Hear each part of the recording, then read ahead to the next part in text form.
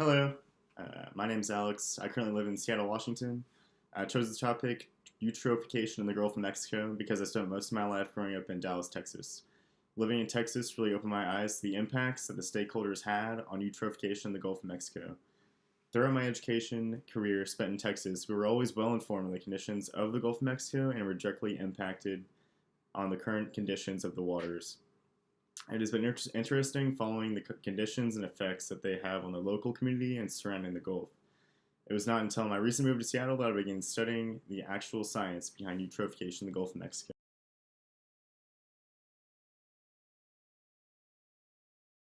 Hey guys, my name is Jerson Martinez and I live in Houston, Texas.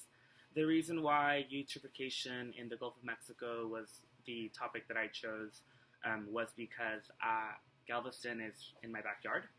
Growing up near Galveston, I've always had an interest for marine life, sea life, and I think this is the one topic that I just really wanted to work with, and I'm ready to kind of look for a solution for this wicked problem.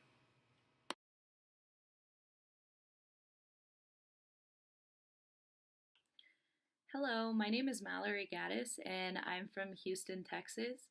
I chose the topic eutrophication in the Gulf of Mexico because I grew up swimming in the Gulf, and so I wanted to further understand what was causing this massive dead zone at my beach. I also find sustainable growing methods like aquaponics and aeroponics to be very interesting. And so, learning about the issues like eutrophication that can occur when we're growing with soil on such a large scale furthers my passion in learning about other more sustainable methods.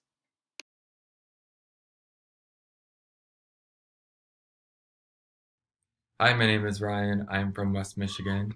I'm in the Sustainability Crusaders group, and our topic was the eutrophication of the Gulf of Mexico. Um, Eutrophication was a big interest of mine. My own local community has struggled with eutrophic lakes, and a lot of federal funding went into Muskegon Lake, which was designated as an area of concern for the Great Lakes Basin. Since working to restore that lake, the community has seen a big impact on positive communal perception. There's been a thriving downtown. The economy has grown, and a lot of that has to do with taking care of our lake. And so that is one of the reasons why I was so interested, because I've seen what a eutrophic lake looks like, but then I've also seen what it looks like when you take care of it. So I'm really excited to get into this project and learn more. Thanks.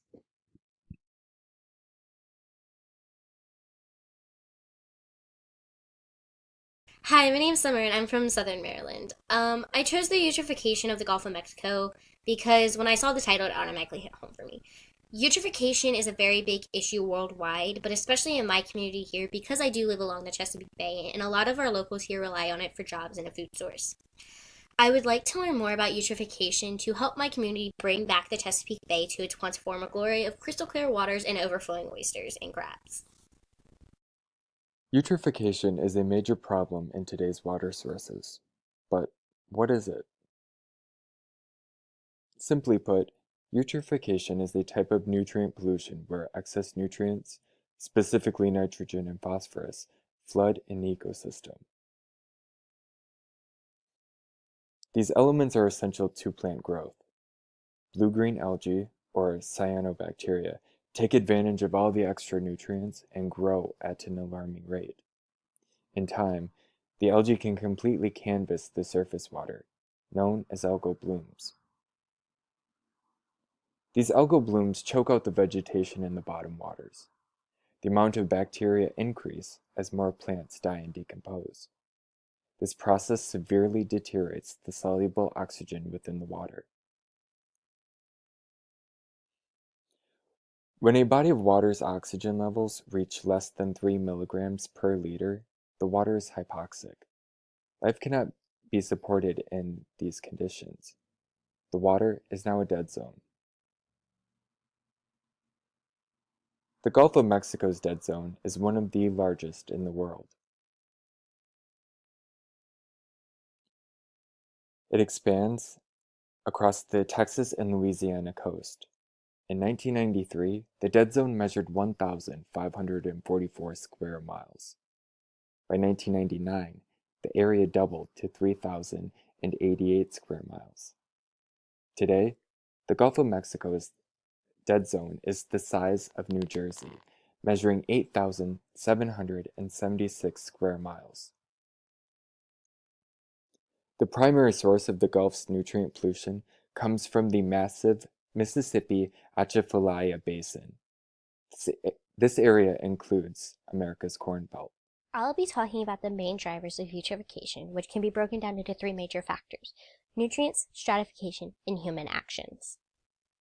Nitrogen is the most important and most significant nutrient controlling algal growth in coastal waters, along with silicone that also plays an important role that regulates the production of diatoms, which are a type of algae important for fish and invertebrates to use as food. Diatoms use the silicone to help build their cell walls.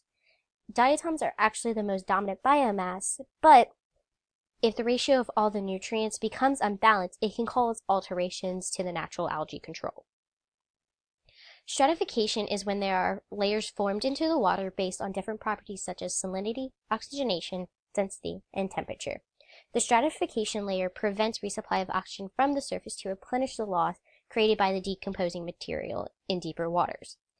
If there are no storms, the aeration won't begin until the fall. That brings cooler surface temperatures in the density, and the surface water approaches that of the bottom water. Human effects plays a very big part in eutrophication. Nitrogen loads from the Mississippi and Atchafalaya River systems can account for the magnitude of the hypoxic zone and its increase in over time. Many of the freshwater wetlands in the riparian zones that were connected to the streams and rivers are almost gone. 80% of the wetlands have been drained for commercial, residential, or farming land. Channelization of the delta has had its pros and cons. The flooding of the wetlands has reduced since 1927, but hypoxia has intensified since 1950. The erosion from the wetlands is then carried to the Gulf, which contributes to the hypoxia problem, along with a carbon isotope source that is produced by phytoplankton and carbon that is close to the shore. The effects of eutrophication in the Gulf of Mexico. Hypoxia. Hypoxia is a condition in which oxygen concentrations are less than 2 parts per million of water. Low oxygen concentration can lead to mass mortality in sea life, creating a dead zone. This hurts the fishing industry and the economy. This hypoxic zone, now measuring in 7,000 square miles, poses a great threat to commercial and recreational fishing that happens in the Gulf of Mexico. The Gulf of Mexico is a major source area for the seafood industry. It supplies 72% of U.S. harvest shrimp, 66% of harvested oysters, and 16% of commercial fish. Fishermen and coastal state economies will be impacted negatively if the hypoxia state worsens. Who are the stakeholders and how do their actions impact eutrophication? Who is making this impact? Industrial agriculture, farmers, farming industries are major contributors towards the process of eutrophication in the Gulf of Mexico. The research behind finding a main contributor of excess organic nutrients in the watersheds, which leads into the Mississippi River, is unclear. The size of the river and the amount of excess nutrients makes it difficult to find a culprit. Where are the stakeholders? Subbasin regions along the Mississippi River. The reason the stakeholders of eutrophication in the Gulf of Mexico are in these regions is due to their watersheds entering the Mississippi River.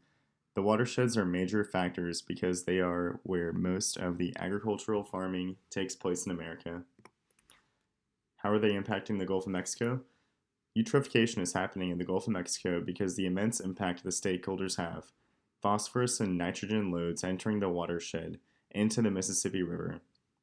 Lack of efficient fertilizer usage, as well as lack of efficient watering practices, are one of many ways the excess nutrients are entering the watersheds. I'll be sharing the strategies my team will use in order to be successful in all our group work. Our sharing platform of choice is a group Google Drive. We decided this would be best for us because we all already have Google accounts through Arizona State. And drives are awesome for group work because it allows everyone to save their office work in the same space. And throughout, if we had any research that we found on our topic, we could just pop it onto the drive for everyone to see. So this really helped to keep us organized and to track the progress of all of our assignments. We agreed on a regular day and time to meet. This was every other day at 2 p.m. Arizona time, since we're all running on various time zones. This was a video chat on Google Hangouts, so we were able to have just an open conversation with everyone and communicate any questions or comments that we had. We swapped phone numbers and email addresses. In case we had any questions before our regular group meeting, we could ask them through these platforms. We established a code of collaboration in the beginning just to make sure that we're working as a unit. We assigned tasks for everyone to do at the end of every meeting, and also from the start, everyone had a role. So in the beginning, we established what our goal was going to be, and everyone had a purpose in achieving that goal, and I think that's really what made this project flow.